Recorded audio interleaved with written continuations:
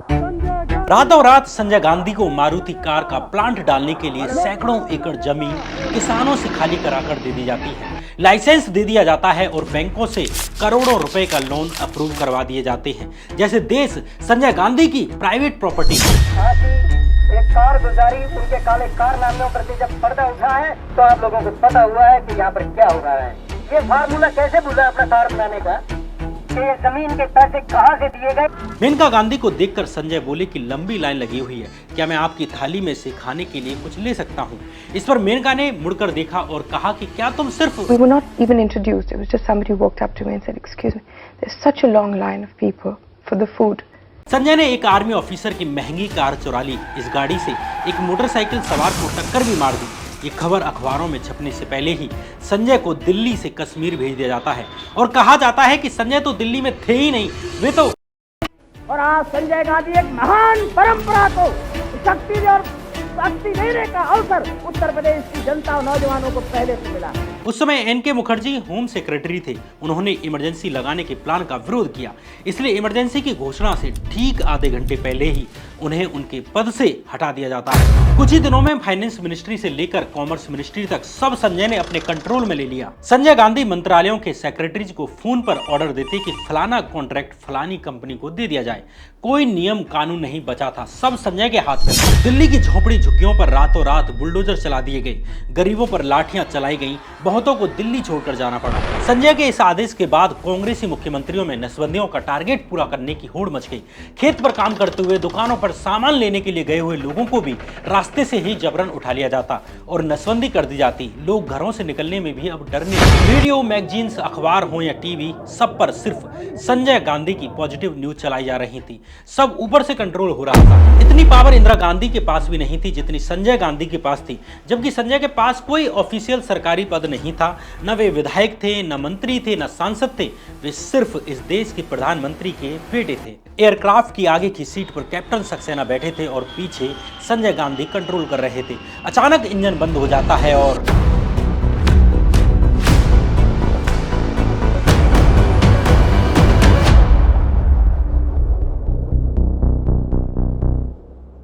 नमस्कार, मैं श्याम मीरा सिंह। संजय गांधी की इस स्टोरी में हम 4 चीजें विस्तार से डिस्कस करने जा रहे हैं। एक, संजय द्वारा मारुति कार बनाने की कहानी। दूसरी, आपातकाल के दौरान देश की ताकत अपने हाथ में ले लेना। तीसरा, नसबंदी का कार्यक्रम। और चौथा, प्लेन क्रैश में संजय की मौत। इन सभी टॉपिक्स को हमने ऊपर से नहीं छुआ, बल्कि काफ़ी डिटेल में आज जाएंगे और एक एक करके पूरी स्टोरी को जानेंगे। 14 दिसंबर 1946 के दिन इंदिरा गांधी और फिरोज गांधी के घर एक बेटे का जन्म होता है, जिसका नाम रखा जाता है संजय गांधी। संजय को शुरू से ही चलने फिरने वाले खिलौनों से लगाव था। एक बार उसने अपने किसी दोस्त के यहाँ चलने वाली ट्रेन देखी और घर आकर वैसी ही ट्रेन दिलाने की डिमांड रख डाली। रात का समय था तो सबने कहा कि ट्रेन कल दिलाकर लाएंगे, लेकिन संजय नहीं माने। तब नेहरू ने अलग अलग जगह फोन मिलाए और रात में ही दिल्ली की दुकानें छानी गईं और आखिरकार ट्रेन मिल जाती है। संजय की शुरुआती पढ़ाई दिल्ली में हुई और इसके बाद फैसला लिया गया कि उन्हें पढ़ाई के लिए देहरादून के वेलहम स्कूल भेजा जाएगा। इसके 2 फायदे थे। पहला, वेलहम स्कूल में एडमिशन के साथ संजय को दून स्कूल में पढ़ाई के लिए रेडी किया जा सकता था। दूसरा, देहरादून दिल्ली के पास भी था, लेकिन 7 साल के संजय को बोर्डिंग स्कूल में पढ़ने के लिए मनाना आसान काम नहीं था। ऐसे में इंदिरा गांधी ने फैसला लिया कि जब तक संजय का देहरादून में मन नहीं लग जाता तब तक वो देहरादून में ही रहेंगी। देहरादून में संजय की तबीयत बार बार बिगड़ती रहती, इसलिए इंदिरा गांधी बार बार संजय से मिलने के लिए जाती, लेकिन हालात में सुधार नहीं होते। स्कूल की प्रिंसिपल ने भी इंदिरा गांधी से बार बार आने के लिए मना कर दिया। संजय को ठीक करने के लिए चाइल्ड साइकोलॉजिस्ट की भी मदद ली जाती है। साइकोलॉजिस्ट ने कहा कि संजय की हर डिमांड पूरी नहीं की जानी चाहिए और कभी कभी ना भी कहना चाहिए, लेकिन इंदिरा और नेहरू इस बात पर अमल नहीं कर पाते। संजय जब 10 साल के हुए तब उनका दाखिला दून स्कूल में करवा दिया गया। दून स्कूल एक एलिट स्कूल था। यहाँ पावरफुल और अमीर लोगों के बच्चे ही पढ़ने के लिए आते थे।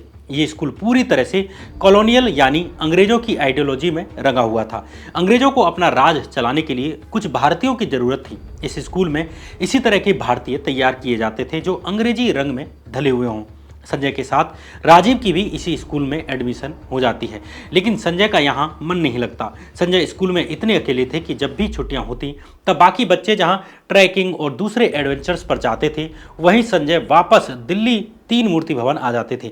दून स्कूल में 1 साल पूरा होने के बाद आखिरकार संजय के कुछ दोस्त बनते हैं। इनमें से मध्य प्रदेश के मुख्यमंत्री रहे कमलनाथ भी शामिल थे। इन बच्चों का एक ग्रुप बना। ये बच्चे स्मोकिंग करते, चीजें चुराते। संजय गांधी की जीवनी में पत्रकार विनोद मेहता लिखते हैं कि संजय क्लेप्टोमेनिया से पीड़ित थे। ये एक तरह की मेंटल कंडीशन होती है जिसमें पीड़ित चोरियां करता है। संजय को गाड़ियों का शौक था।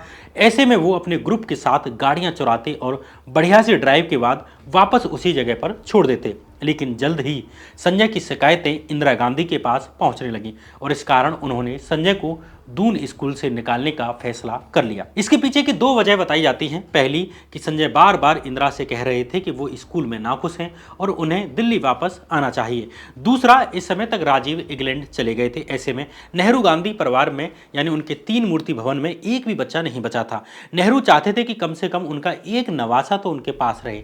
ऐसे में संजय को दिल्ली वापस बुला लिया जाता है।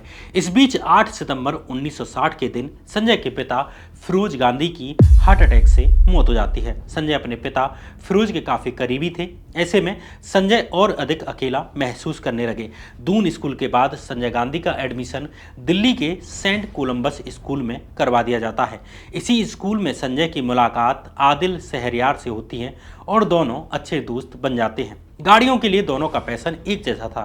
संजय ने एक पुरानी गाड़ी खरीदी, इसे मॉडिफाई करवाया और दिल्ली की सड़कों पर दौड़ाने लगे। संजय गांधी बहुत ही लापरवाही से गाड़ी चलाते थे, जिसके कारण इंदिरा गांधी हमेशा चिंता में रहती थी। इस दौरान संजय की दून स्कूल वाली एक्टिविटीज भी चालू रही, यानी गाड़ियां चुराना और ड्राइव करने के बाद उन्हें छोड़ देना। एक बार तो संजय ने एक आर्मी ऑफिसर की महंगी कार चुरा ली, उसको चलाया और फिर पालम के पास छोड़ दिया। संजय ने इसी गाड़ी से एक मोटरसाइकिल सवार को टक्कर भी मारी थी। बाद में ये कार एक जगह मिल गई और इस गाड़ी से एक लड़की का अंडरवियर भी मिला।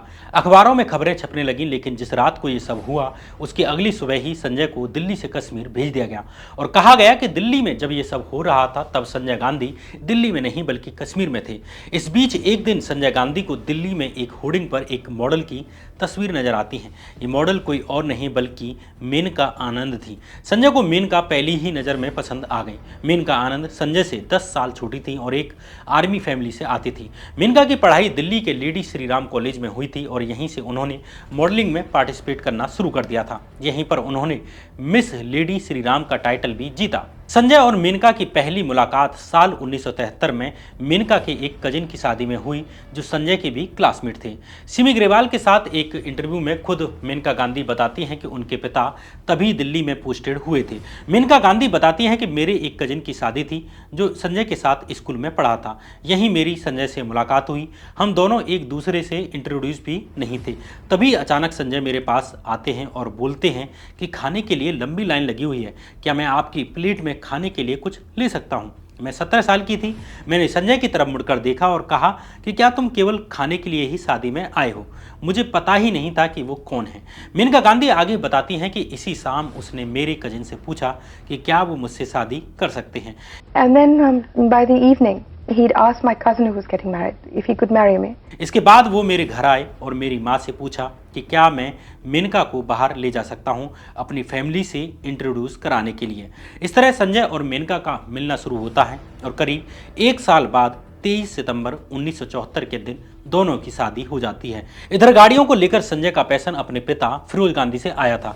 फिरोज को गाड़ियों से कुछ खास ही लगाव था, इसलिए संजय गांधी भी 3 साल की अप्रेंटिसशिप के लिए इंग्लैंड में कार बनाने वाली कंपनी यानी रोल्स रॉयस के प्लांट पर गए थे। लेकिन यहाँ भी संजय का हाल वैसा ही रहा जैसा स्कूली दिनों में था। यहाँ भी वो बिना अप्रेंटिसशिप पूरी किए ही भारत लौट आए। भारत आकर संजय ने पुरानी गाड़ियों की एक वर्कशॉप में काम करना शुरू कर दिया।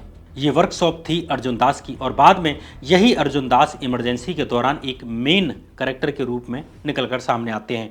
उस दौरान अर्जुन दास के पास बहुत पावर थी। इसके बाद संजय ने फैसला लिया कि वो गुड़गांव रोड के पास एक कार फैक्ट्री लगाएंगे। संजय के मन में आया कि लोगों के लिए एक छोटी गाड़ी बनाई जाए ताकि भारत की मिडिल क्लास उस गाड़ी में चल सके।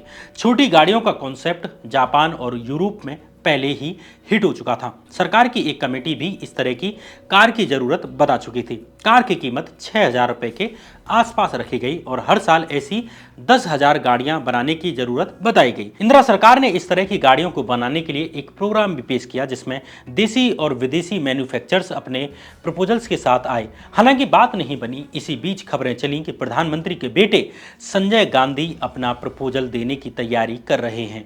नवंबर 1968 में इंडस्ट्रियल डेवलपमेंट राज्य मंत्री रघुनाथ रेड्डी ने संसद में घोषणा की कि संजय गांधी ने प्रपोजल दिया है। इसमें कार की कीमत 6,000 रुपये बताई गई है। इसकी अधिकतम स्पीड 53 किलोमीटर प्रति घंटा होगी। ये 1 गैलन यानी 4 लीटर पेट्रोल में 56 मील चलेगी। उन्होंने बताया कि रेनॉल्ट, टोयोटा और वॉक्सवैगन जैसी विदेशी कंपनियों के भी प्रपोजल्स आए हैं, लेकिन उनके प्रपोजल्स में सबसे कम कीमत भी 12,000 रुपये के आसपास है। रेड्डी की यह घोषणा सुनते ही अपोजिशन आग बबूला हो गया। अब जवाब देने की बारी इंदिरा गांधी की थी। उन्होंने कहा कि उनका बेटा देश के लिए कुछ करना चाहता है। उसने एक कार का मॉडल तैयार किया है, कोई महंगी गाड़ी नहीं है। यह इंडिया की कंडीशंस को देखते हुए इंडियंस के लिए गाड़ी का मॉडल है। अगर मैं अपने बेटे को ही इनकरेज नहीं करूंगी तो मैं दूसरे युवाओं को कैसे कुछ करने के लिए इनकरेज कर पाऊंगी। और इस तरीके से संजय गांधी के प्रपोजल को मंजूरी मिल जाती है। लेकिन आगे की कहानी को कहने से पहले मैं आपको BlinkX by JM financial app के बारे में बताना चाहता हूं, जिसके माध्यम से आप अपनी शेयर मार्केट की जर्नी की शुरुआत कर सकते हैं, जो कि ट्रेडिंग के लिए एक रिलायबल और कॉस्ट एफिशिएंट प्लेटफॉर्म है। BlinkX एक जीरो ब्रोकरेज ट्रेडिंग प्लेटफॉर्म है। यहाँ आपको फ्री एक्सपर्ट रिसर्च कॉल्स का ऑप्शन मिलता है। ये कॉल्स आपको डिटेल में समझाते हैं कि कब ट्रेड स्टार्ट करना है, यानी एंट्री कब करनी है, स्टॉप लॉस कहाँ लगाना है और टारगेट्स क्या होने चाहिए। और ये सब सलाहें एक्सपर्ट रिसर्च पर बेस्ड होती हैं ताकि आप शेयर मार्केट में ट्रेडिंग को लेकर बेस्ट डिसीजंस ले सकें। BlinkX पर आपको 3 प्लान मिलेंगे। एक सिर्फ 249 रुपए में 2 महीने का प्लान, 599 रुपए में 6 महीने का प्लान और 1 साल का प्लान मात्र 899 रुपए में। इन सभी प्लान्स पर NSE FNO, equity delivery, equity intraday और IPOs में आप अनलिमिटेड ट्रेडिंग कर सकेंगे, और वो भी जीरो ब्रोकरेज के साथ। इसके अलावा BlinkX पर आपको सारे एडवांस टूल फ्री में मिलते हैं, जैसे technical charts, fundamental analysis, customisable dashboard, super smart watch list और रिस्क मैनेजमेंट स्ट्रेटेजी। ये सब आपको एक ही ऐप पर मिल जाते हैं। तो आज ही BlinkX ट्राई करें। आप सबके लिए मैंने BlinkX की लिंक अपने डिस्क्रिप्शन बॉक्स और कमेंट बॉक्स में डाल दी है। अब वापस अपनी कहानी पर लौटते हैं। फर्स्ट पोस्ट की एक रिपोर्ट के अनुसार संजय उन कई एप्लीकेंट्स में से एक थे जिन्होंने भारत में एक छोटी और सस्ती कार बनाने के लिए लाइसेंस मांगा था। 1970 में वे अकेले ऐसे एप्लीकेंट थे जिन्हें ये लाइसेंस दिया गया। इस तरह साल 1970 में संजय गांधी की मारुति को सरकार की तरफ से लेटर ऑफ इंटेंट मिल जाता है। हरियाणा के कांग्रेसी मुख्यमंत्री बंसीलाल ने संजय गांधी को कार का प्लांट सेट करने के लिए दिल्ली गुड़गांव हाईवे पर 296 एकड़ जमीन देने की बात कही, लेकिन इसमें कई दिक्कतें थी। पहली की जमीन खाली नहीं थी, वहां किसानों और मजदूरों के परिवार पहले से ही रहते थे और खेती किसानी होती थी।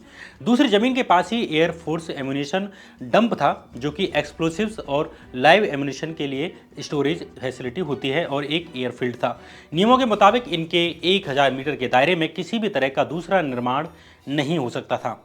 उस समय विद्याचरण शुक्ला डिफेंस प्रोडक्शन मिनिस्टर थे। संजय गांधी के लिए मंत्री विद्याचरण शुक्ला ने एम्यूनिशन डंप को ही शिफ्ट करवा दिया और दूसरी आपत्तियों से भी अब राहत दिलवा दी।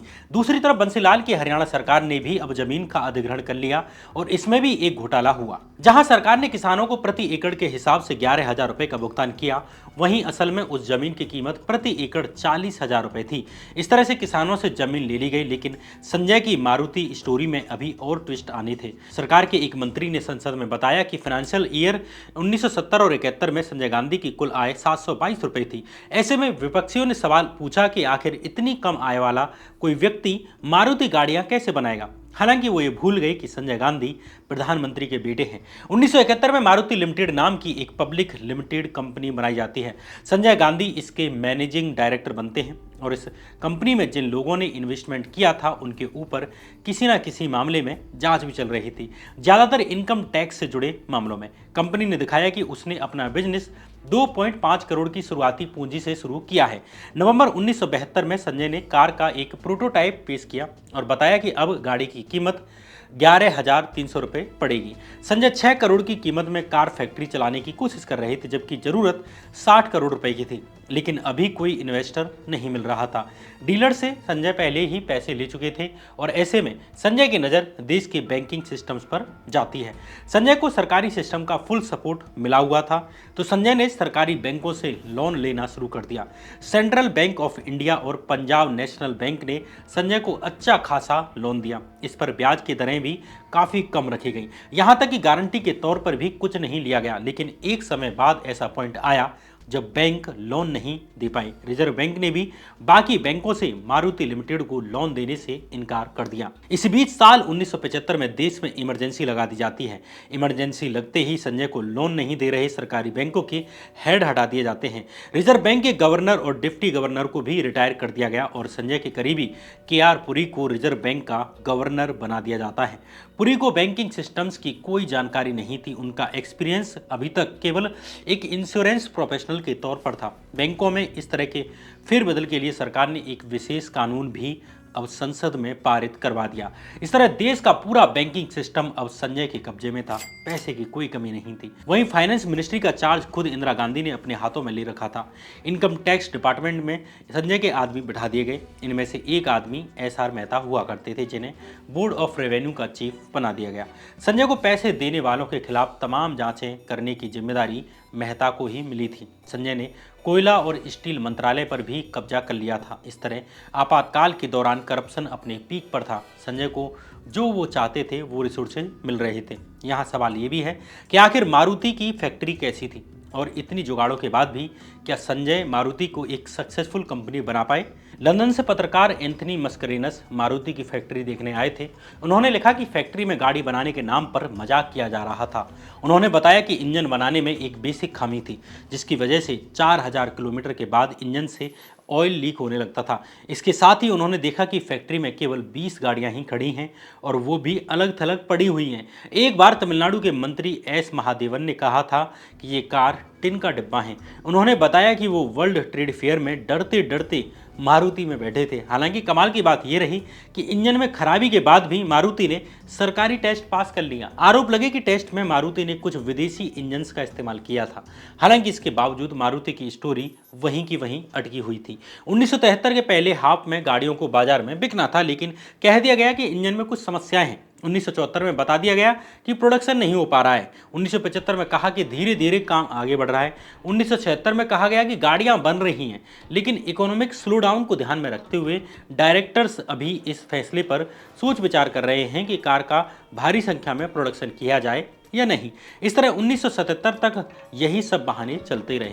यही नहीं, जो गाड़ी 6000 रुपये में बेची जानी थी शुरुआत में, उसकी प्रस्तावित कीमत भी अब 25,000 रुपये तक पहुंच गई थी। दरअसल संजय ने 1974 में ही कहीं ना कहीं ये सोच लिया था कि मारुति अब चलने वाली नहीं है, इसलिए अब तक मारुति के हिस्से का सीमेंट और स्टील अब बेचा जाने लगा था। 1974 के बाद से ही कोई नई मशीन नहीं लगाई गई थी। इसी बीच खबर आई कि मारुति अब रोड रोलर बनाएगी। रोड रोलर बनाने का फैसला UPC कॉरपोरेशन के मोहन वाही के साथ मिलकर लिया गया था। इन्हीं मोहन वाही के ऊपर भारत सरकार को 2 करोड़ की चपत लगाने का आरोप भी था और CBI की जांच भी चल रही थी। लेकिन अब वो संजय गांधी के करीबी थे, इसलिए सरकारी संरक्षण मिला हुआ था, प्रोटेक्शन मिला हुआ था। खबरें ये भी आई कि मारुति ने बसों की बॉडी बनाने का काम शुरू कर दिया है। असल में ये सिर्फ छोटी मोटी मरम्मत का काम था, लेकिन इसके लिए मारुति को हरियाणा, राजस्थान, UP, मध्य प्रदेश और राजस्थान सरकारों से सरकारी ठेके खूब मिले। मारुति का मेन काम था गाड़ियां बनाना, लेकिन अब ये उसके मेन टारगेट से पूरी तरह गायब हो चुका था। बाकी कामों में मारुति लग चुकी थी। मारुति की स्टोरी में एक और खुलासा होना बाकी था। मारुति कंपनी को लॉन्च करने से 7 महीने पहले संजय ने एक और कंपनी बनाई थी और इसका नाम था मारुति टेक्निकल सर्विसेज यानी MTS। इसमें सोनिया गांधी, राहुल गांधी और प्रियंका गांधी को पार्टनर के तौर पर दिखाया गया था। संजय ने इसमें अपना इन्वेस्टमेंट 1.25 लाख रुपए दिखाया था, जबकि ओरिजिनल मारुति कंपनी के लिए संजय के पास पैसे नहीं थे। MTS के पार्टनर्स को अच्छी खासी सैलरी मिल रही थी और सुविधाएं भी। MTS का काम था मारुति को सलाह देना, बदले में मारुति से उसे अच्छा खासा पैसा मिल रहा था। दोनों के बीच 20 साल का कॉन्ट्रैक्ट हुआ था। शुरुआत में मारुति ने MTS को 5 लाख रुपए दिए। कागजों पर मारुति की तरफ से जो लोग एडवाइस मांगते थे, वही सेम लोग एमटीएस की तरफ से मारुति को एडवाइस दे रहे थे। इस तरह 2.5 साल में ही एमटीएस के पास अच्छी खासी रकम जमा हो गई थी। इधर मारुति पर कर्जा चढ़ते जा रहा था। जून 1975 तक एमटीएस ने मारुति से 10 लाख रुपए जमा कर लिए थे। इसी दौरान एक और कंपनी बनाई गई मारुति हैवी व्हीकल्स के नाम से। इसका भी काम वही था जो एमटीएस का था। इसका सीधा सीधा मतलब यह था कि मारुति सरकार से पैसा ले रही थी और वो पैसा बाद में एमटीएस जैसी कंपनीज को ट्रांसफर हो रहा था, जो एक तरह से गांधी फैमिली पर ही पहुंच रहा था। 1976 तक संजय की मुट्ठी में सब कुछ था। स्टील से लेकर केमिकल्स तक हर जगह संजय का इन्वॉल्वमेंट था। सरकारी अधिकारी कुछ नहीं कर पाते थे। उस दौरान अमेरिकी अखबार वॉशिंगटन पोस्ट ने अपनी एक रिपोर्ट में लिखा था, ब्यूरोक्रेट्स कहते हैं कि वो कुछ नहीं कर सकते। संजय सेक्रेटरीज को फ़ोन कर देते हैं और कहते हैं कि फलाना कॉन्ट्रैक्ट फलाना कंपनी को दे दो। ऐसी इमेज बन गई थी अगर विदेशी कंपनियों को भारत में कुछ भी बेचना है तो उन्हें पहले मारुति से कॉन्ट्रैक्ट जरूर करना पड़ेगा। इधर भारतीयों के लिए अफोर्डेबल गाड़ियां बनाने का काम तो कहीं दूर दूर तक सीन में नहीं बचा था। ऐसी गाड़ियों को बनाने के लिए जरूरी था कि कंपनी के पास इंजीनियर्स होते, डिजाइनर्स होते और टेक्नीशियंस की एक अच्छी टीम होती, लेकिन संजय को इन सब की ज़रूरत नहीं थी। फैक्ट्री बस जैसे तैसे नाम के लिए चलाई जा रही थी और पावर का मिसयूज किया जा रहा था। उस समय कहने को देश की प्रधानमंत्री इंदिरा गांधी थी, लेकिन पूरी ताकत संजय गांधी के पास ही थी। संजय को देश के अगले प्रधानमंत्री के तौर पर पेश किया जा रहा था।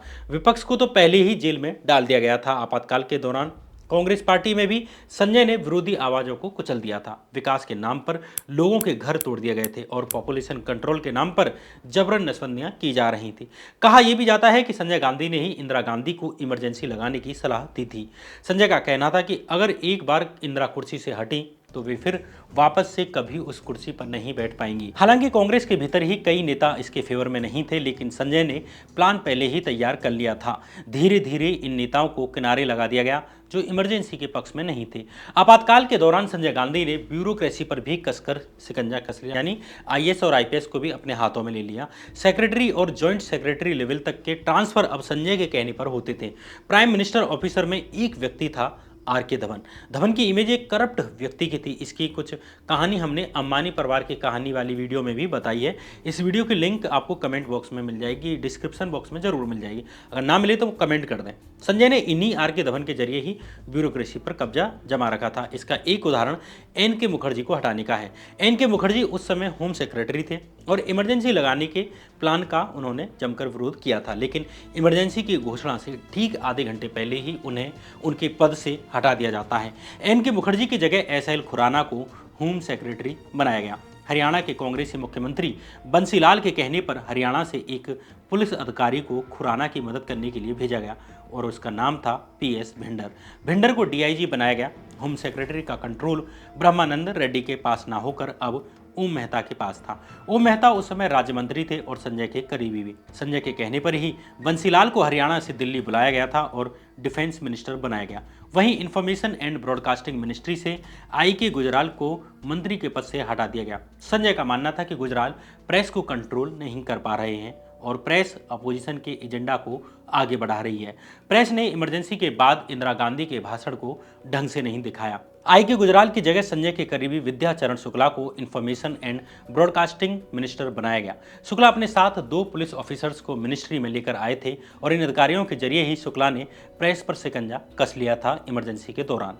दूरदर्शन और ऑल इंडिया रेडियो को तो संजय गांधी का पब्लिसिटी मैनेजर जैसा बना दिया गया था, जबकि ये सरकारी चैनल थे और संजय गांधी किसी भी सरकारी पद पर भी नहीं थे। वहीं मोहम्मद यूनुस को प्रधानमंत्री इंदिरा गांधी का स्पेशल एनवॉय बनाया गया।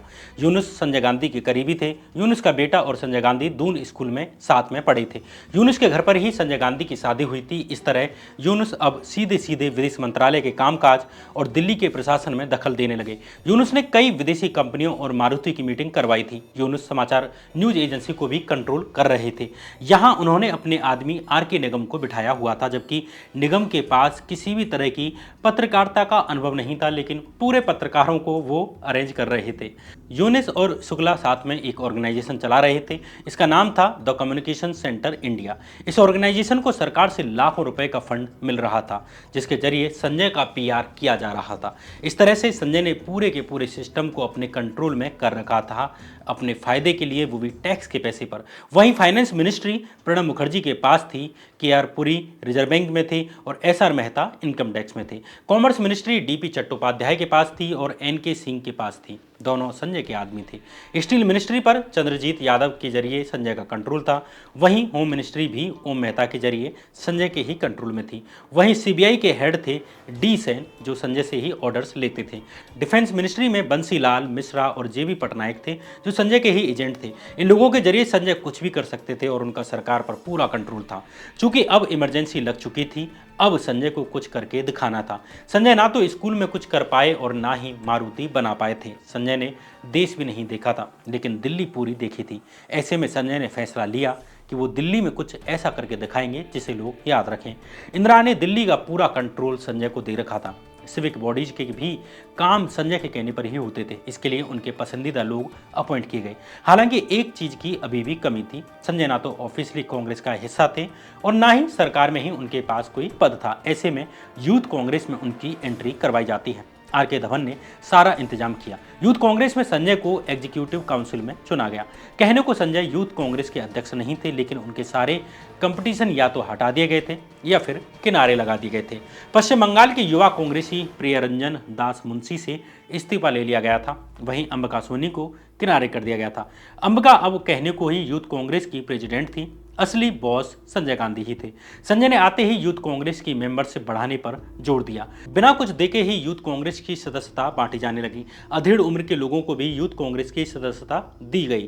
क्रिमिनल्स भी अब संगठन में शामिल हो गए। यूथ कांग्रेस के नाम पर वसूली और गुंडागर्दी भी अब आम बात थी। संजय के आने तक जहां यूथ कांग्रेस में 7 लाख सदस्य थे, वहीं फरवरी 1977 तक ये संख्या 60 लाख पहुंच जाती है। धीरे धीरे यूथ कांग्रेस के जरिए संजय ने अपनी राजनीतिक पहुंच बढ़ानी शुरू कर दी। वे लगातार कार्यक्रमों और सभाओं को संबोधित करते, एक के बाद एक उन्होंने अलग अलग शहरों के दौरे किए। अब ये कहा जाने लगा कि इंदिरा के बाद देश की बागडोर संजय के पास ही जाएगी। इंदिरा ने इमरजेंसी के लिए 20 पॉइंट्स का एक प्रोग्राम पेश किया था। इधर संजय ने अपना पर्सनल 5 पॉइंट का प्रोग्राम पेश कर दिया। इसमें family planning, tree plantation, caste system और दहेज प्रथा को खत्म करना और इलिटरेसी को खत्म करना और झुग्गी झोपड़ियों यानी स्लम्स से मुक्ति जैसे पॉइंट्स शामिल थे। इन 5 पॉइंटर्स को लागू करने की शुरुआत हुई थी दिल्ली से। संजय को झुग्गी झोपड़ियों से नफरत थी। ऐसे में उन्होंने दिल्ली से झुग्गी झोपड़ियों को हटाने का फैसला लिया। तुर्कमान गेट एक ऐसी ही झुग्गी झोपड़ियों वाला एक बड़ा इलाका था। यहाँ रोजाना कमाई करके अपना पेट पालने वाले मजदूर रहते थे। अप्रैल 1976 में यहाँ बुलडोजर पहुँच गया। बुलडोजर से लोगों के घर तोड़े जाने थे और उन्हें डीडीए के बनाए गए ट्रांजिट कैंप्स में भेजा जाना था। तुर्कमान गेट के लोग इसके लिए तैयार नहीं थे। वो विरोध पर उतर आए और उस समय डीडीए के अध्यक्ष जगमोहन थे। संजय का जगमोहन को क्लियर ऑर्डर था कि तुर्कमान गेट की झुग्गियां हर कीमत पर तोड़ी जानी चाहिए और जब ये पूरी तरह से साफ हो गया तो तुर्कमान गेट के निवासी बुलडोजरों के सामने शांतिपूर्वक तरीके से बैठ जाते हैं। इसके बाद पत्थर चलने की खबर आती है और पुलिस प्रशासन प्रदर्शनकारियों पर टूट पड़ता है। भयंकर टकराव हुआ और गोलियां तक चली। पुलिस वालों पर रेप और लूट के भी आरोप लगे। इस पूरे टकराव में कई लोग मारे जाते हैं। वहीं जब तुर्कमान गेट के लोगों को डीडीए की रीसेटलमेंट कॉलोनीज में भेजा गया तो उन्होंने देखा कि वहां तो काम ही पूरा नहीं हुआ है। कई प्लॉट खाली पड़े थे, आधे अधूरे निर्माण थे, ज़्यादातर मकानों में छतें नहीं बनी थी, आम सुविधाएं भी उपलब्ध नहीं थी, न तो पानी की व्यवस्था थी और न ही पब्लिक टॉयलेट्स थे। स्ट्रीट लाइट्स भी गायब थी। स्कूल और अस्पताल का तो नाम ही नहीं था। इसके कारण लाखों लोगों को दिल्ली छोड़ने के लिए मजबूर होना पड़ा। देश के दूसरे हिस्सों में भी ऐसा ही हुआ। इसी दौरान अलग अलग राज्यों में यूथ कांग्रेस की सभाओं के जरिए संजय की छवि मजबूत की जा रही थी। इंदिरा के बाद लाइन में लगे सीनियर कांग्रेस लीडर्स को किनारे किया जा रहा था। संजय ने यूथ कांग्रेस के सहारे पूरी की पूरी कांग्रेस पार्टी पर कब्जा करने का प्लान बना रखा था। कांग्रेस के सहयोगी भी संजय के निशाने पर रहते थे, खासकर communist party of India. Sanjay communist को करप्ट और रूस के इशारे पर चलने वाला बताते थे। हालांकि सीपीआई ने इमरजेंसी का समर्थन किया था, लेकिन अब संजय के कहने पर इंदिरा भी सीपीआई की आलोचना करने लगी थी। इधर थोड़ा सा लेफ्ट की तरफ झुकाव रखने वाले कांग्रेसी नेताओं को भी अब किनारे किया जाने लगा। उड़ीसा की मुख्यमंत्री नंदिनी सतपथी, पश्चिम बंगाल के मुख्यमंत्री एसएस रे और बॉम्बे कांग्रेस के अध्यक्ष रजनी पटेल, इन सब ने संजय का आइडियोलॉजिकल विरोध किया था और इन सबको किनारे लगा दिया गया। वहीं अंबिका सोनी ने संजय के नीचे काम करने का रोल स्वीकार कर लिया था। ऐसे में संजय के लिए रास्ता एकदम साफ हो चुका था। संजय के 5 पॉइंट प्रोग्राम में से एक पॉइंट था फैमिली प्लानिंग का।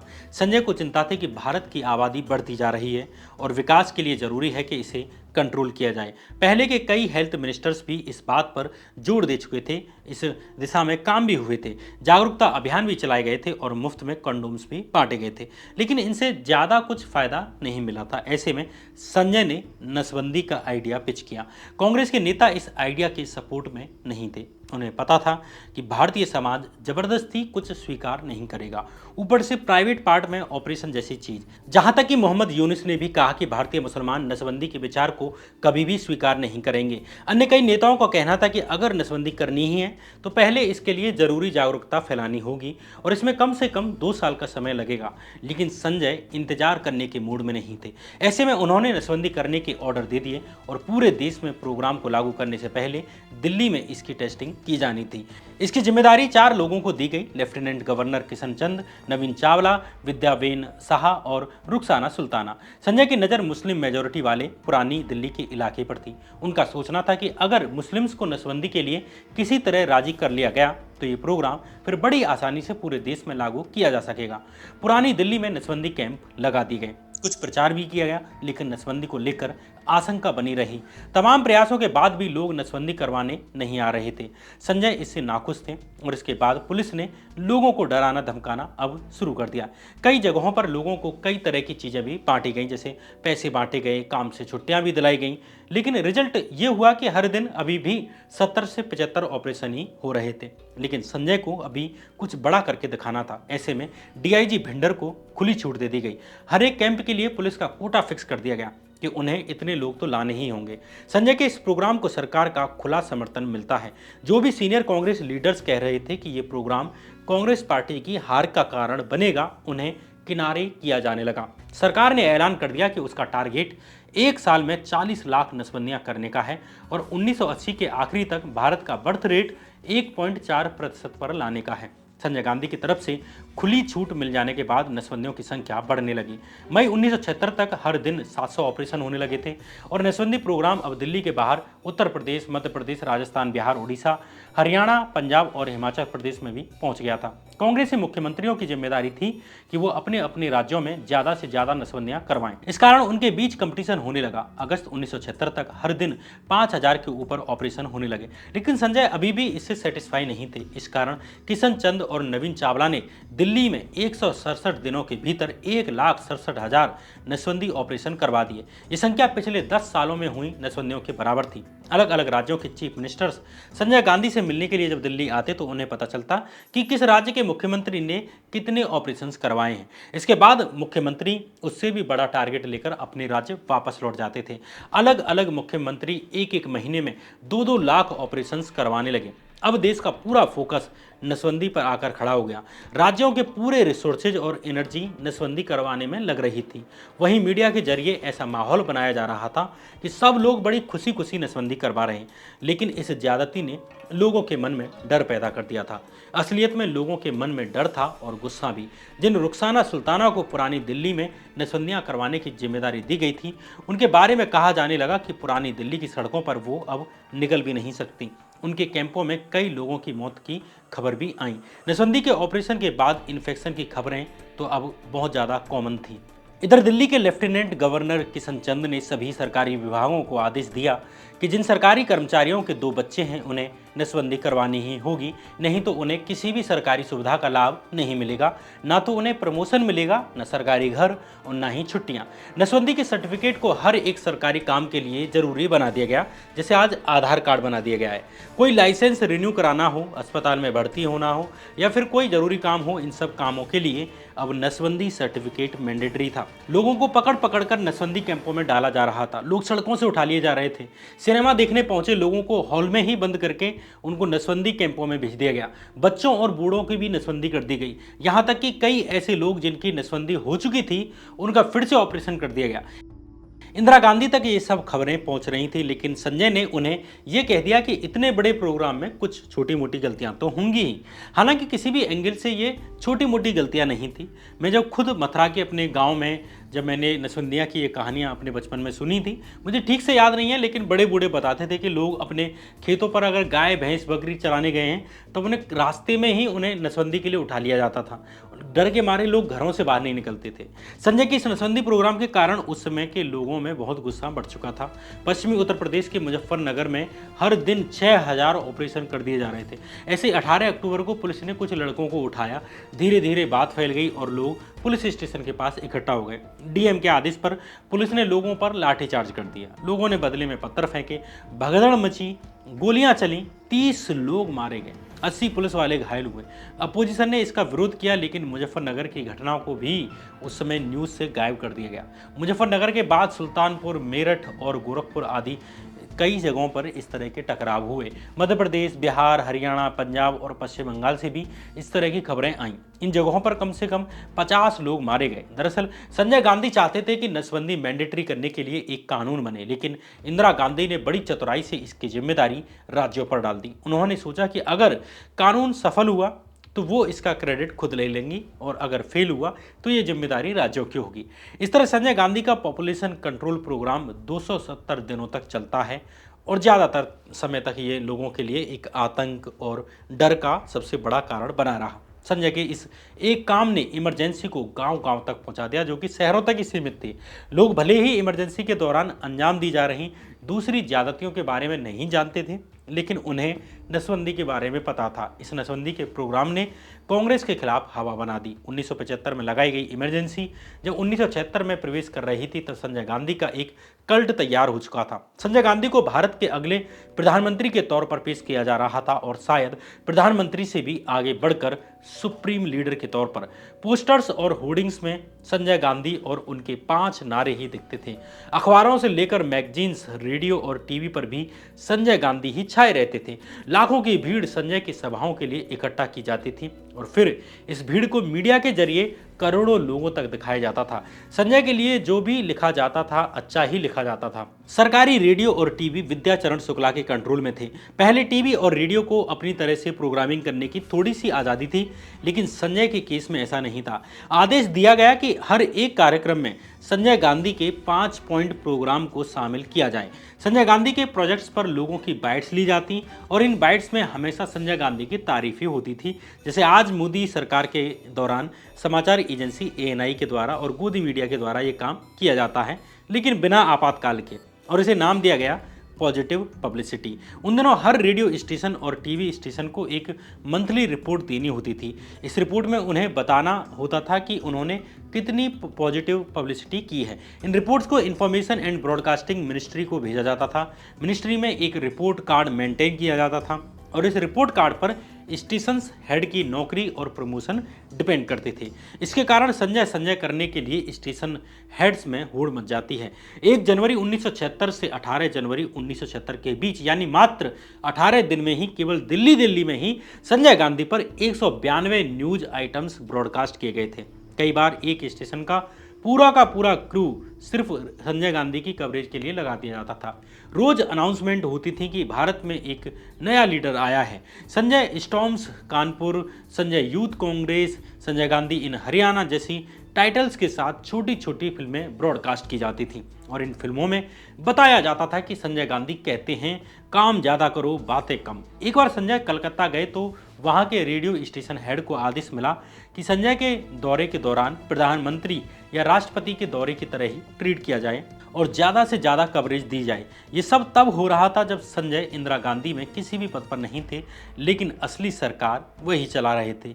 रेडियो और टीवी के अलावा सरकार की 3 और एजेंसियां इन्हीं सब कामों में लगी हुई थीं, जैसे कि directorate of advertising and visual publicity यानी DAVP, प्रेस इंफॉर्मेशन ब्यूरो यानी PIB और फिल्म्स डिवीजन यानी FD। DAVP का काम न्यूज़पेपर्स के एडिटर्स तक गवर्नमेंट पब्लिसिटी को पहुंचाना था। PIB भी यही कर रही थी। फिल्म्स डिवीजन की क्लिप्स में तो संजय ही संजय छाए रहते थे। कभी पेड़ लगाते हुए, कभी किसानों को खेती से संबंधित सामान बांटते हुए, तो कभी कुछ और बांटते हुए। उसने संजय के एक दिन पर भी एक डॉक्यूमेंट्री बना डाली जिसका टाइटल था अ डे टू रिमेंबर। ये थी सरकारी मीडिया। दूसरी तरफ प्राइवेट मीडिया ने भी आपातकाल की ज्यादतियों से आंखें मूंद ली थी, यहां तक कि वो इमरजेंसी का सपोर्ट भी करने लगी थी। पहले प्राइवेट मीडिया मुश्किल से ही संजय को कवरेज देती थी, लेकिन जैसे ही ये साफ हो गया कि इंदिरा गांधी खुद संजय गांधी के लिए जगह तैयार कर रही हैं, वैसे ही प्राइवेट मीडिया ने भी संजय संजय करना शुरू कर दिया, जैसे आज मोदी मोदी किया जाता है। हिंदुस्तान टाइम्स, द हिंदू और टाइम्स ऑफ इंडिया के दिसंबर 1975 से जनवरी 1977 के एडिशंस पर अगर नज़र डाली जाए तो शायद ही ऐसा कोई इश्यू होगा जब संजय गांधी की एक्सटेंसिव कवरेज ना की गई हो। टाइम्स ऑफ इंडिया तो एक दिन में संजय पर 6 से 8 स्टोरी छापता था। द हिंदू की तारीफ तो खुद मोहम्मद यूनिस ने की थी। इंटरेस्टिंगली इमरजेंसी लगने से ठीक पहले तक ये न्यूज़पेपर्स इंदिरा गांधी का इस्तीफा मांग रहे थे। इसके अलावा हिंदी अखबार भी अपनी रीढ़ की हड्डी खो चुके थे। अखबारों के अलावा मैगजीन्स भी संजय का प्रचार कर रही थी। इनमें 3 नाम थे: illustrated, weekly off India, blitz और करंट। इनके एडिटर्स पत्रकारिता जगत में बहुत सम्मानित नाम थे: खुशवंत सिंह, आर.के. करंजिया और अयूब सैयद। खुशवंत सिंह ने मारुति पर एक कवर स्टोरी लिखी थी और संजय के इस प्रोजेक्ट की बहुत ज़्यादा तारीफ की थी। उन्होंने लिखा था कि जहां बिड़ला, डालमिया और गोयनका जैसे उद्यमियों के बच्चों को विरासत में सब कुछ मिला है, वहीं संजय ने अपने हाथों से मारुति बनाई है। वहीं अयूब सैयद ने संजय को राजकुमार की तरह पेश किया। उन्होंने लिखा कि संजय के पास चमकती हुई आंखें हैं, वो मधुर भाषा बोलते हैं, मनमोहक मुस्कान उनके चेहरे की शोभा बढ़ाती है और वो भीड़ में अलग दिखते हैं। इसी तरह आर.के. करंजिया ने लिखा था कि संजय बोलने से ज़्यादा करने में भरोसा रखते हैं। इन तीनों एडिटर्स में संजय की तारीफ करने की होड़ चलती रहती थी। इधर साल 1977 आते आते इंदिरा गांधी के ऊपर इमरजेंसी हटाकर चुनाव कराने का दबाव बढ़ता जा रहा था। आखिर में इंदिरा गांधी ने ऐलान कर दिया कि अगले जनरल इलेक्शन 2 महीनों बाद यानी मार्च 1977 में होंगे। इंदिरा को लग रहा था कि 21 महीनों की इमरजेंसी के बाद सब कुछ कंट्रोल में है और लोग अब कांग्रेस को ही वोट देंगे। इंदिरा ने खुद रायबरेली से लड़ने का फैसला लिया और संजय ने भी अमेठी से लड़ने की तैयारी कर ली। संजय गांधी फरवरी में अमेठी पहुंचे और अमेठी के राजा से नेहरू परिवार के अच्छे संबंध पहले से रहे थे। उत्तर प्रदेश के कांग्रेस नेताओं से कहा गया कि वो संजय के प्रचार में कोई कसर ना छोड़ें, लेकिन संजय दिल्ली से ही अपने साथ एक टीम लेकर गए थे। इस टीम में ज़्यादातर पंजाब और हरियाणा के यूथ कांग्रेस के लड़के थे। इस कारण इनका अमेठी की जनता से जुड़ाव नहीं हो सका। यही नहीं, संजय अपने भाषणों में नसबंदी का भी जिक्र कर रहे थे, जिससे लोग उनसे और दूर होते जा रहे थे। हालांकि कुछ कम्युनिटीज में संजय को अभी भी अच्छा खासा सपोर्ट मिल रहा था, लेकिन तमाम कोशिशों के बाद भी संजय का चुनाव प्रचार रफ्तार नहीं पकड़ पाया और वे 70,000 वोट से चुनाव हार गए। इंदिरा गांधी भी रायबरेली से चुनाव हार गई, जहां पिछले चुनाव में कांग्रेस को 350 से अधिक सीटें आई थी, वहीं इस बार केवल 154 सीटें ही आ पाईं। इस तरह 1977 में देश में पहली बार गैर कांग्रेसी सरकार यानी जनता पार्टी की सरकार बनी और मोरारजी देसाई देश के पहले प्रधानमंत्री बन गए जो कांग्रेस से नहीं आते थे। जनता सरकार ने सत्ता में आते ही इमरजेंसी की जांच के लिए कमीशन बनाए। जांच के आधार पर संजय गांधी और इंदिरा गांधी के खिलाफ मुकदमे दर्ज किए जाते हैं और उन्हें गिरफ्तार करके जेल भेज दिया जाता है, लेकिन पुलिस ऐसे सबूत कभी नहीं पेश कर पाई जिनके आधार पर इंदिरा गांधी और संजय गांधी को दोषी साबित करके कड़ी सजा दी जा सके। आगे जनता पार्टी में फूट पड़ जाती है और 2 बार सरकारें गिरती हैं। इसके बाद हुए 1980 के जनरल इलेक्शन में कांग्रेस पार्टी ने दोबारा से शानदार वापसी कर ली। इस चुनाव में संजय गांधी भी अमेठी से जीत जाते हैं, वहीं इंदिरा गांधी ने रायबरेली और मेडक से यानी 2 जगह से चुनाव जीता। 1980 में हुए जनरल इलेक्शन में इंदिरा गांधी की कांग्रेस पार्टी ने वही रुतबा हासिल कर लिया जो उसका इमरजेंसी से पहले हुआ करता था। पार्टी के पास फिर से 350 से ज्यादा सीटें थी। इंदिरा गांधी और संजय गांधी अब दोनों ही सांसद बनकर संसद में पहुंच चुके थे। ऐसा लग ही नहीं रहा था कि महज 3-4 साल पहले ये देश आपातकाल की तकलीफों से गुजरा है। 13 मार्च 1980 के दिन मेनका गांधी और संजय गांधी के यहाँ एक बेटे का जन्म होता है जिसका नाम रखा जाता है वरुण गांधी। लेकिन इसके 1 महीने बाद ही फिर कुछ ऐसा होता है जिसने इतिहास का पहिया फिर से मोड़ दिया। दरअसल संजय गांधी को कारों के साथ साथ एयरक्राफ्ट्स उड़ाने का शौक भी था। 1976 में आपातकाल के दौरान उन्हें हल्के विमान उड़ाने का लाइसेंस भी मिल गया था, लेकिन इंदिरा गांधी के सत्ता से हटते ही जनता सरकार ने संजय का लाइसेंस छीन लिया था। जब 1980 में इंदिरा गांधी सत्ता में दोबारा वापस आई तो संजय का लाइसेंस भी उन्हें वापस मिल गया। इन्हीं दिनों दिल्ली फ्लाइंग क्लब में एक नया एयरक्राफ्ट आया था। संजय गांधी इस नए एयरक्राफ्ट को लेकर बड़े एक्साइटेड थे। 21 जून के दिन संजय ने पहली बार इस एयरक्राफ्ट को चलाया। अगले दिन भी संजय ने अपनी पत्नी मेनका गांधी और इंदिरा गांधी के सहयोगी R.K. धवन और एक बाबा धीरेन्द्र ब्रह्मचारी के साथ इस एयरक्राफ्ट में उन्होंने उनको घुमाया। इसके अगले दिन यानी 23 जून 1980 के दिन संजय गांधी दिल्ली फ्लाइंग क्लब के पूर्व इंस्ट्रक्टर सुभाष सक्सेना के साथ सुबह करीब 8 बजे उड़ान भरते हैं। कैप्टन सक्सेना पिट्स के अगले हिस्से में बैठे थे और संजय पिछले हिस्से में बैठकर कंट्रोल संभाल रहे थे। संजय ने रिहायशी इलाके के ऊपर 3 लूप लगाए। वो चौथी लूप लगाने ही वाले थे कि अचानक विमान के इंजन ने काम करना बंद कर दिया। एयरक्राफ्ट ने अपना संतुलन खो दिया और नाक के बल जमीन से जा टकराया। BBC के लिए लिखे एक लेख में रेहान फजल लिखते हैं कि कंट्रोल टावर में बैठे विमान को देख रहे लोगों के मुंह खुले के खुले रह गए जब उन्होंने देखा कि पिट्स अशोका होटल के पीछे एकदम से गुम हो गया है। सक्सेना के सहायक ने भी तेजी से विमान को नीचे गिरते हुए देखा। उसने अपनी साइकिल पकड़ी और पागलों की तरह चलाता हुआ सबसे पहले घटनास्थल पर पहुंचा। बिल्कुल नया पिट्स 2 सीटर मुड़ी हुई धातु में बदल चुका था। उसमें से गहरा काला धुआं निकल रहा था लेकिन उसमें आग नहीं लगी थी। रानी सिंह अपनी किताब Sonia Gandhi an extra ordinary life में लिखती हैं कि सक्सेना के सहायक ने देखा कि संजय गांधी का शव विमान के मलबे से 4 फीट की दूरी पर पड़ा था। कैप्टन सक्सेना के शरीर का निचला हिस्सा विमान के मलबे में दबा हुआ था लेकिन सिर बाहर निकला हुआ था। एयरक्राफ्ट के क्रैश होने की खबर जब इंदिरा गांधी को मिली तो वे बिखरे हुए बालों में ही बाहर निकली और R.K. धवन के साथ एम्बेसडर कार में घटनास्थल के लिए रवाना हो जाती हैं। राजीव और सोनिया उस समय विदेश में थे। तुरंत ही उन्हें स्पेशल प्लेन से वापस बुला लिया जाता है। इधर इंदिरा गांधी के घटनास्थल तक पहुंचने तक दोनों शव निकाल लिए गए थे और उन्हें अस्पताल ले जाने के लिए एम्बुलेंस में रखा जा रहा था। इंदिरा गांधी खुद एम्बुलेंस में चढ़ जाती हैं और राम मनोहर लोहिया अस्पताल पहुंचती हैं। वहां डॉक्टरों ने दोनों को ही डेड घोषित कर दिया। सबसे पहले अस्पताल पहुंचने वालों में अटल बिहारी वाजपेयी और चंद्रशेखर थे। इंदिरा गांधी ने अपनी आंखों और भावनाओं को छिपाने के लिए काला चश्मा पहन रखा था। वाजपेयी ने इंदिरा को सांत्वना देने की कोशिश की। इंदिरा चंद्रशेखर की तरफ मुड़ी और उन्हें एक तरफ ले जाकर बोली कि मैं कई दिनों से आपसे असम के बारे में बात करना चाह रही थी। वहाँ हालात बहुत गंभीर हैं। इस पर चंद्रशेखर ने कहा कि इसके बारे में बाद में बात करेंगे। इंदिरा ने जवाब दिया कि नहीं, ये मामला बहुत महत्वपूर्ण है। BBC में लिखे रेहान फजल के आर्टिकल के अनुसार आश्चर्यचकित चंद्रशेखर की समझ में नहीं आया कि एक माँ जिसके बेटे संजय का शव बगल के कमरे में पड़ा हुआ है वो कैसे असम के बारे में बात कर सकती है। अस्पताल में उनके पीछे पीछे पहुंचे विश्वनाथ प्रताप सिंह यानी VP सिंह को भी देखकर इंदिरा ने कहा कि आप तुरंत लखनऊ लौटिए क्योंकि वहां पर इससे बड़े मसले हल करने के लिए पड़े हैं। जब तक डॉक्टर संजय के क्षत विक्षत शव को ठीक करने की कोशिश करते रहे इंदिरा गांधी उसी कमरे में खड़ी रहीं। इस बीच हादसे की खबर सुनकर संजय गांधी की पत्नी मेनका गांधी भी अस्पताल पहुंच गई थी। अगले दिन नई दिल्ली में यमुना नदी के किनारे स्थित शांति वन के पास संजय का अंतिम संस्कार कर दिया गया।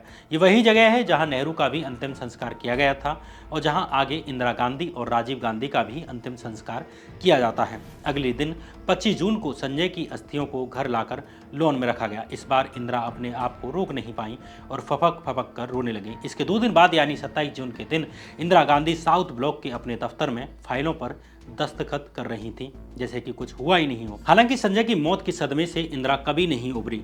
पुपुल जैकर इंदिरा गांधी की जीवनी में लिखती हैं कि कई दिनों तक इंदिरा बीच रात में उठकर संजय को ढूंढने लगती। कुछ ही दिनों में उनका हमेशा खिला रहने वाला चेहरा बूढ़ा दिखाई देने लगा था। उनकी आंखों के चारों ओर काले गड्ढे बन गए।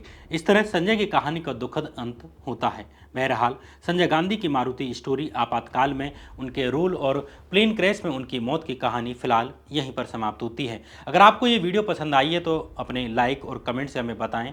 साथ ही अगर चैनल सब्सक्राइब नहीं किया है तो हमारी और भी वीडियोज देखें और फिर सब्सक्राइब करने का निर्णय लें। और अंत में बात ब्लिंकएक्स की। अगर ट्रेडिंग और शेयर मार्केट की शुरुआत करनी है तो ब्लिंकएक्स ऐप को डाउनलोड करें। लिंक कमेंट बॉक्स और डिस्क्रिप्शन बॉक्स में मिल जाएगा। तब तक के लिए बने रहिए इसी चैनल पर। नमस्कार।